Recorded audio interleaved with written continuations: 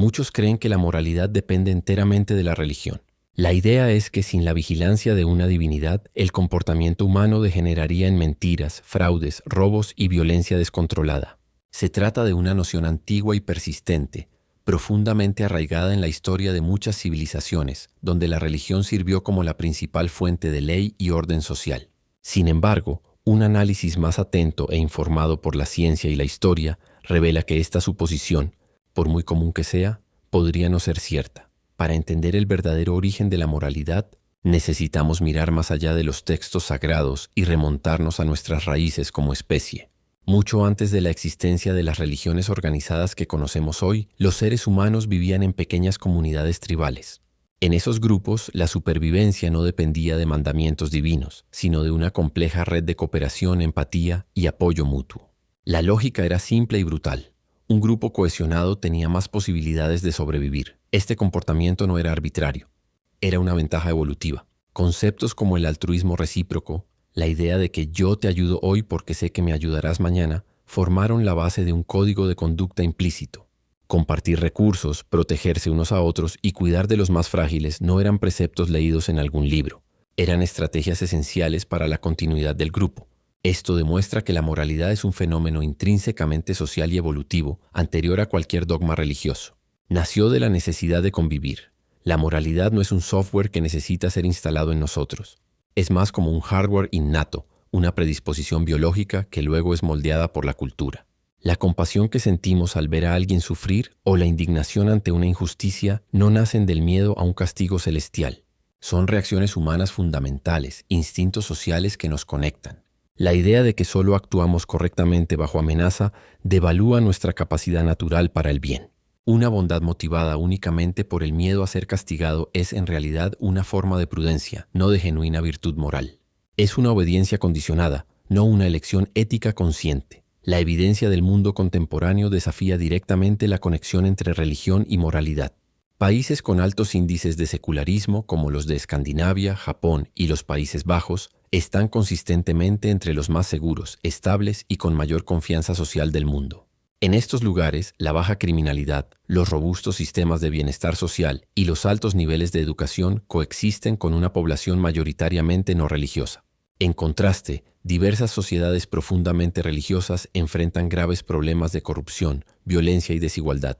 Esto no prueba que la religión cause estos problemas, pero demuestra claramente que no es una garantía contra ellos. El verdadero pilar de una sociedad ética parece ser el bienestar social, la educación y la seguridad económica de sus ciudadanos, y no la fe. Los textos sagrados son a menudo presentados como fuentes infalibles de moralidad. Sin embargo, una lectura honesta revela una compleja mezcla de enseñanzas compasivas con pasajes que hoy consideraríamos bárbaros. Muchos de estos textos respaldan la esclavitud, la subyugación de las mujeres, la pena de muerte por ofensas triviales y la violencia contra quienes tienen creencias diferentes. Los creyentes modernos tienden a hacer una selección cuidadosa, eligen los mensajes de amor e ignoran los problemáticos. Este proceso de filtrado es revelador. Muestra que no derivamos nuestra moralidad de los libros. Al contrario, usamos nuestra moralidad ya evolucionada para juzgar e interpretar esos mismos libros. Nuestra condena a la esclavitud, por ejemplo, no provino de una orden divina, sino de un arduo progreso moral que superó tradiciones antiguas, a menudo respaldadas por la propia religión. La ética humana necesita ser dinámica, mientras que las reglas religiosas tienden a ser estáticas, fijadas en un pasado distante. El mundo moderno nos presenta dilemas complejos, desde la inteligencia artificial hasta la bioética, desde los derechos LGBTQIA+, hasta los problemas medioambientales que no encuentran respuesta en textos milenarios. Para navegar estos desafíos necesitamos razonamiento ético, diálogo abierto y una profunda consideración sobre lo que minimiza el sufrimiento y promueve el florecimiento humano. Depender de dogmas antiguos para resolver problemas nuevos es como usar un mapa medieval para navegar en una ciudad moderna. Simplemente no funciona. Es crucial reconocer que existen sistemas éticos seculares robustos y sofisticados. El humanismo, por ejemplo, basa la moralidad en la razón, la empatía y la preocupación por el bienestar humano, sin ninguna referencia a lo sobrenatural. El utilitarismo busca maximizar la felicidad y minimizar el sufrimiento para el mayor número de personas. La ética de las virtudes, que se remonta a Aristóteles, se enfoca en el desarrollo del carácter.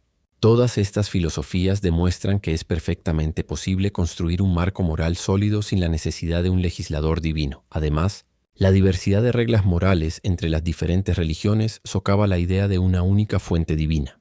Lo que es virtuoso en una fe puede ser pecado en otra. Esta inconsistencia apunta a un origen humano y cultural de la moral, moldeada por las necesidades y contextos de cada sociedad. La historia también nos alerta sobre los peligros de una moralidad ligada a la autoridad divina, cuando la crueldad es santificada se vuelve incuestionable. Las cruzadas, la Inquisición y numerosas formas de opresión fueron justificadas en nombre de una supuesta voluntad superior, transformando actos inmorales en deberes sagrados. El argumento de que sin Dios todo está permitido ignora un peligro mucho mayor, la creencia de que con Dios cualquier atrocidad puede ser justificada. Las peores acciones de la historia fueron frecuentemente perpetradas por individuos convencidos de su rectitud moral, sancionada por una autoridad divina. La verdadera moralidad, por otro lado, reside en el reconocimiento del valor inherente de cada persona y en la responsabilidad que tenemos unos con otros. Exige la humildad para reconocer que podemos estar equivocados. Si la moralidad fuera solo una estrategia para evitar un castigo, no pasaría de ser un cálculo egoísta.